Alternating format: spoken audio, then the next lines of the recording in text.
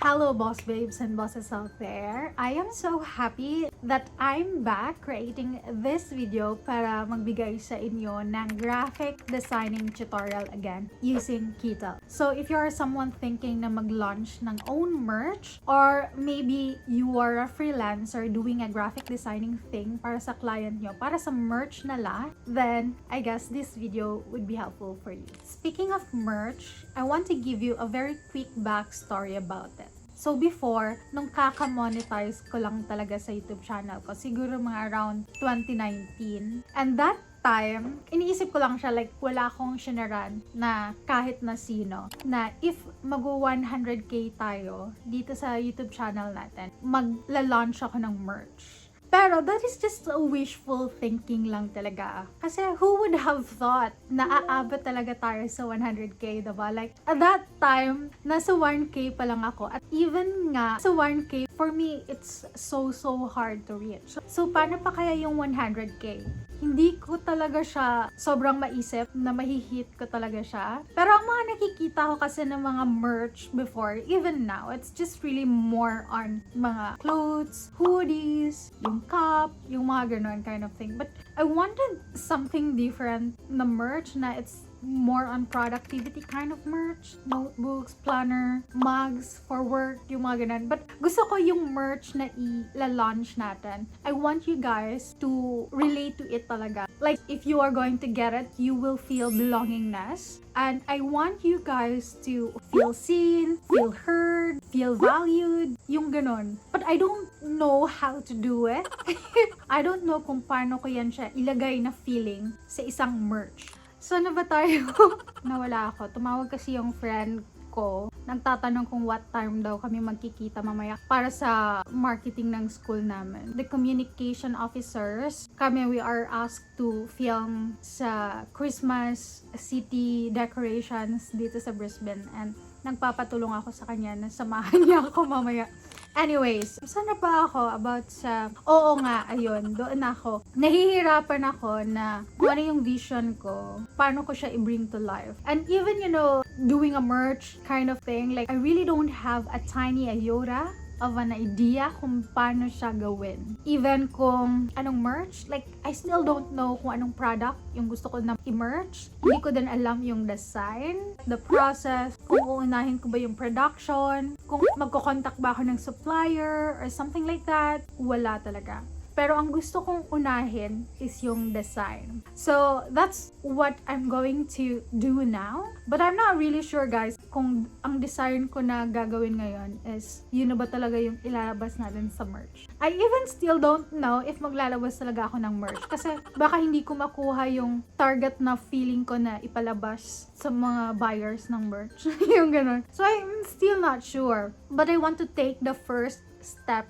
now, and I want you guys to do it with me. So yeah, if you are excited to learn how to do graphic designing para sa merch and how to do Mockups, then keep on watching. Okay, so first you have to log in to your Kittl account. If you still don't have a Kittl account, I will put a link below and you can just click it so that you can sign up for free. So I'm using also my free account here so that makasubaybay talaga kayo kung paano ko siya ginawa. And the first thing that you need to do is make sure kung ano yung branding na gagawin nyo. For me, I will just follow my BossedUp PH na branding. It's a very simple layout lang, minimalist, modern, chic style. So parang ganito lang din na vibe. Very clean looking and refreshing lang siyang tignan. The next thing that I would do is to decide what merch yung gagamitin ko. Pero ngayon siguro ang i-mindset ko muna na I'm going to design for a tote bag. So something like this. Let me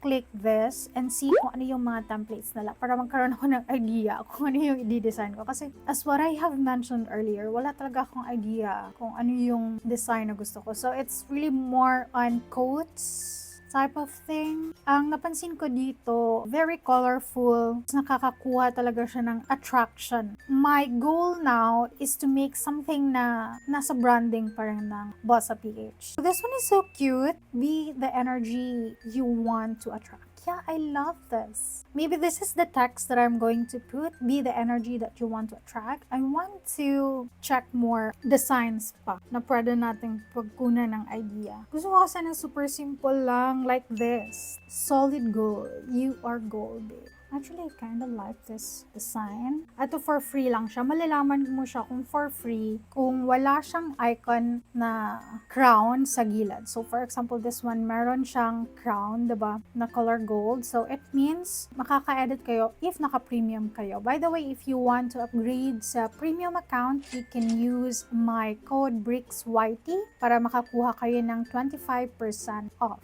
But for now, I'm teaching you guys on how to maximize the free account kasi you can still have a good design even if you are still using the free account. This one is so cute, but I'm really thinking, ano yung gusto ko? Try nga natin to. Gusto ko kasi yung mga simple design lang. Super simple design. I hope I can get the font style na ginagamit talaga ng BossedUp PH. Let's see. I'm having a very slow internet connection right now kasi may ina-upload na ako na video. Another video. First things first, what I'm doing is that I want to duplicate this one and then sa duplicate, mag-change ng text. So, you can just click it and double click para ma-change niyo yung text. Ang gusto kong gawin is be the energy that you want to attract. So, let's say this one is the energy text. Ang gusto ko ng capital. Ma-try ko ngang i-check kung meron ba yung Yuli dito. I'm not sure kasi. Oh, wala. So, if wala, pwede yung ma-download and you can just upload it. But for my tutorial right now, let's just focus more on kung ano yung available na typeface nila. Let's just use this one for now. Okay, so that's that, the energy. And then this one, this is text transformation. Remember, na tinuruan ko kayo kung paano mag-transform ng text, right? But for now, I'm just going to delete this kasi naka-free text transformation siya. Delete, or you can just backspace it. And then, I'm gonna add a new text. Add a headline. And then, ang headline ko is the. And then, nakaroboto siya. Ito yung kanina. And then, I want it to have the same color. Ito, nasa document color siya. And then, this one, make it a track. Duplicate this one. Double click. You want to. I will just drag it sa gilid para ganon. And then, gusto ko na something ganito. Box. And then, this one as well. Ayan. Pero gusto ko yung the same sila ng size.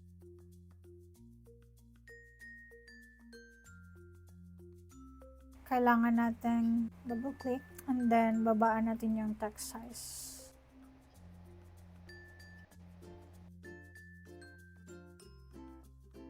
In order for me to make sure the alignment, I'm just going to click this. You can also just ganyan para ma-align sila together lahat. Ganyan, parang off. Ito tingnan, or I think this one. Should I just make it like that? I think that one is better. I think I'm happy with that now. I wanted to make this color solid white. Opacity. Let's rename it.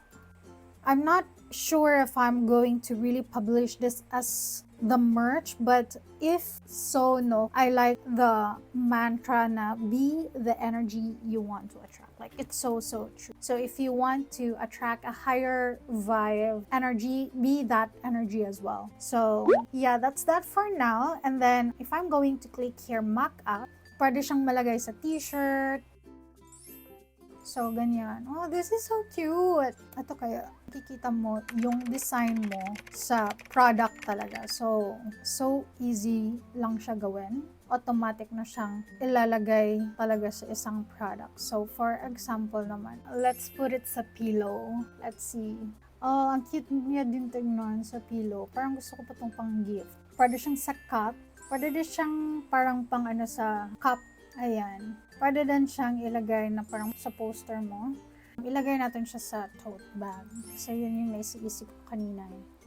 So, ayan. Let's see kung dito ko siya lalagay. Love it. Nagbe-blend talaga siya sa kung ano yung product na choose mo. So, if ever mag-design kayo ng something for shirt, kung ano yung design mo, like mag-a-adjust yung design mo sa kung ano yung pinili mo na mockup. So, ang galing, diba? For this one, I cannot choose this. Ang ganda sana nito. Pero naka-free account lang tayo. So, we cannot choose that. You can also choose this, but it's just very plain. Yeah, pwede natin tong gawin as well. Download Mockup. I will pull it out for you guys. So, this one, ito siya. Then, we can also choose this. Ito, pwede din natin siyang i-download para marami tayong mockups. And then, ito. Download natin. So, ito yung isa naman. Diba? Super, super cute.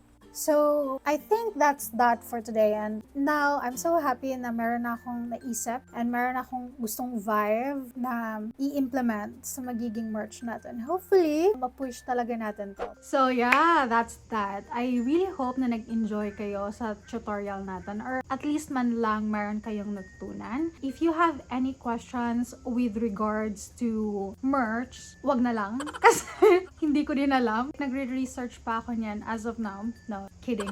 If you have any questions with regards to graphic designing or meron kayong question about Kittl, yan, masasagot talaga namin yan. Just comment it below as well. If you want to try it, if you want to try designing para sa mga merch or para sa client nyo, you can try Kittl. If you still don't have an account, I will put a link below and you can click it para makapag-register kayo ng for free. And if you want to upgrade sa premium account ng Kittl, meron silang discount ngayon. You can use my code BRICKSYT para makakuha kayo ng 25% off. And yeah, if you like this kind of content, don't forget to follow our Facebook page at BossedUp PH. And you can also join our Facebook group, I'm Ready to Boss Up 𝐕𝐫𝐴. And meron din tayong paid na group, which is Becoming a Social Media Manager Like a Pro.